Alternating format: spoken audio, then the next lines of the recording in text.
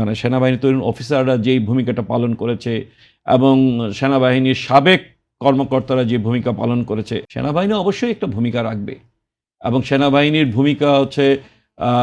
Decisive ভূমিকা। হয়তো সেনাবাহিনী বলবে যে আমরা কোনো আইন শৃঙ্খলা রক্ষা স্ট্রাইকিং ফোর্স হিসেবে আমরা কাজ করব, কিন্তু দেখা যাবে যে মানে কোন দলের প্রার্থীদের উপর তারা হলো স্ট্রাইক করছে সেইটার উপর কিন্তু নির্ভর করবো হচ্ছে হলো কোন পার্টি হলো জয়লাভ করবে। এটা আমি মানে ইলেকশন ধরে উদাহরণ দিয়ে বোঝাতে পারবো বা বলতে পারবো, মানে জিনিসটা বলা উচিত না প্রকাশ্যে, কিন্তু বলা উচিত যে ওই নির্বাচনে সেনাবাহিনীর যে ভূমিকা, যে আচরণ, এবারের প্রেক্ষাপটটা তো এইবারের প্রেক্ষাপটটা তো আসলে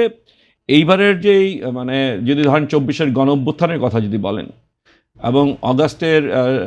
শুরুর দিকে সেনাবাহিনী যদি তরুণ মানে সেনাবাহিনীর তরুণ অফিসাররা যেই ভূমিকাটা পালন করেছে এবং সেনাবাহিনীর সাবেক কর্মকর্তারা যে ভূমিকা পালন করেছে এবং সেনাবাহিনী নিজেকে যেভাবে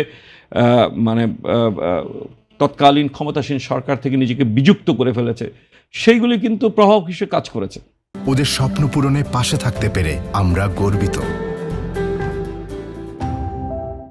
রাস্তার লড়াই একটা গুরুত্বপূর্ণ ভূমিকা পালন করেছে, কিন্তু আবার সেনাবাহিনীর ভূমিকা মানুষকে উৎসাহিত করেছে। এবং আমার স্পষ্ট মনে আছে 90-এর গণ অভ্যুত্থানে তো আমরা ছাত্রকর্মী, সেই সময়কার যিনি সেনা প্রধান তিনি যখন পক্ষত্যাগ করলেন বা উনি যখন হলো সেনা নিবাস থেকে বঙ্গভবনে গেলেন, তখনই মানুষ বুঝে গেছে যে আসলে এরশাদের পতন অনিবার্য হয়ে পড়েছে। তো ফলে মানে আমাদের দেশের মতো একটা দেশে বা তৃতীয় বিশ্বের দেশে, মানে পাকিস্তান বাংলাদেশের মতো দেশে, এখানে সেনাবাহিনীর একটা ডিসাইসিভ রোল অবশ্যই আছে।